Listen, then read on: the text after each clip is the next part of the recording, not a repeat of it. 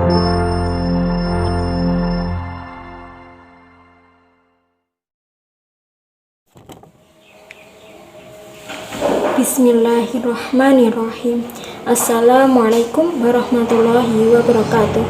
Kami dari kelompok 6 mata kuliah ilmu pendidikan akan mempresentasikan materi tentang objek pendidikan. Objek adalah hal, perkara, atau orang yang menjadi pokok pembicaraan.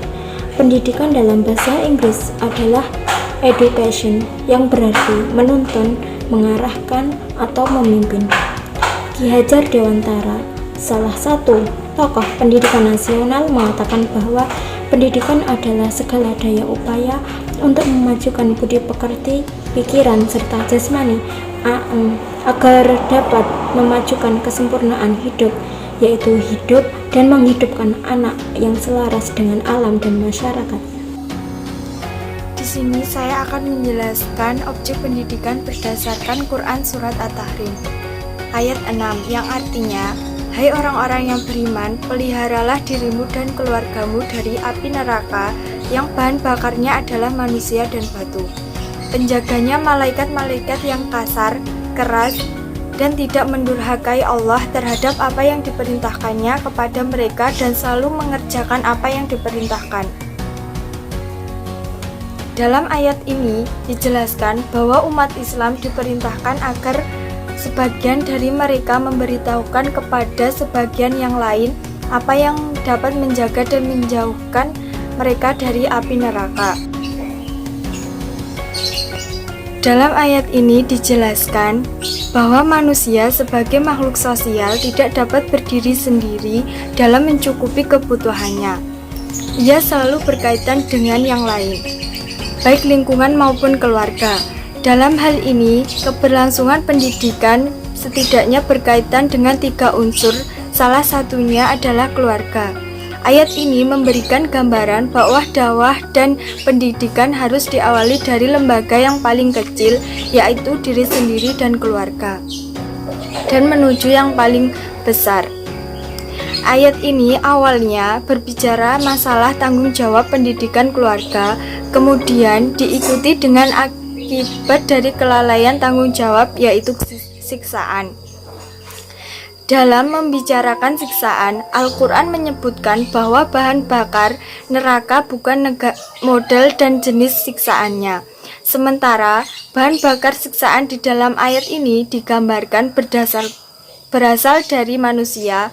Hal ini mengisyaratkan bahwa kegagalan dalam menanamkan nilai-nilai pada diri manusia berawal pada kegagalan dalam mendidik masa kecilnya dalam lembaga yang terkecil, yaitu keluarga. Untuk selanjutnya, objek pendidikan berdasarkan Quran Surat Asy-Syu'ara ayat 214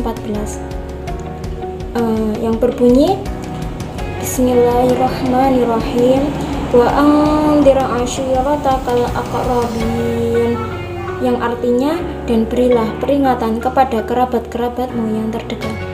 Dalam ayat ini, Allah SWT memerintahkan Nabi Muhammad untuk memberi peringatan kepada kaum kerabatnya yang terdekat dan agar bergaul dengan orang-orang mukmin dengan lemah lembut. Imam Bukhari dan Imam Muslim menyebutkan riwayat dari Ibnu Abbas radhiyallahu anhu bahwa ketika Allah menurunkan ayat di atas, Nabi Muhammad naik ke Bukit Safa lalu berseru, wahai orang-orang, ini sudah pagi. Lalu orang-orang berkumpul kepadanya. Ada yang datang sendiri dan ada yang mengutus utusannya.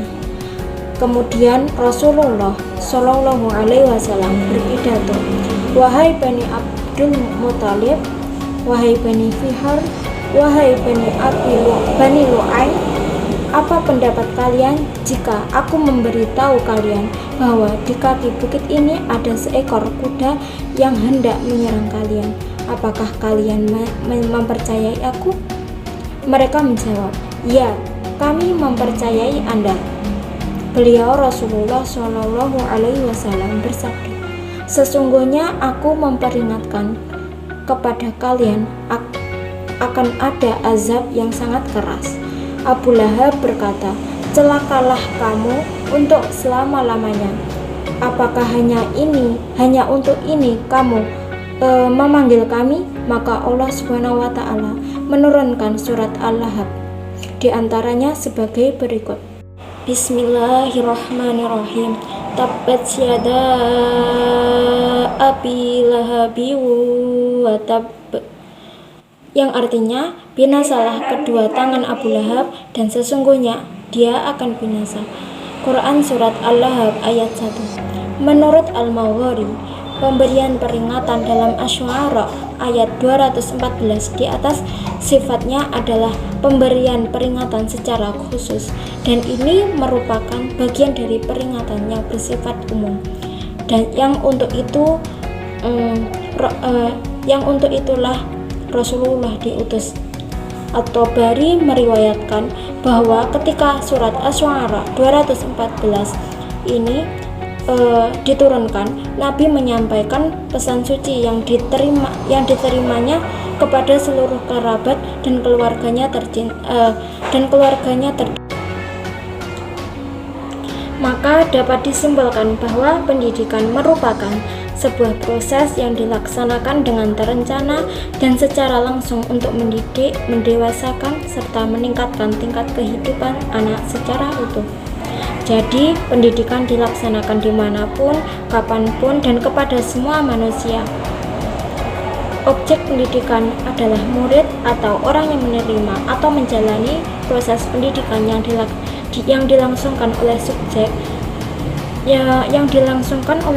pendidikan ataupun yang dialami langsung oleh objek melalui pengalaman sehari-hari dan relasi objek dengan subjek dan objek lain serta relasi dengan alam dan lingkungannya. Kemudian dari kami akan menjelaskan mengenai Quran Surah An-Nisa ayat 170. A'udzubillahi minasyaitonir rajim. Bismillahirrahmanirrahim.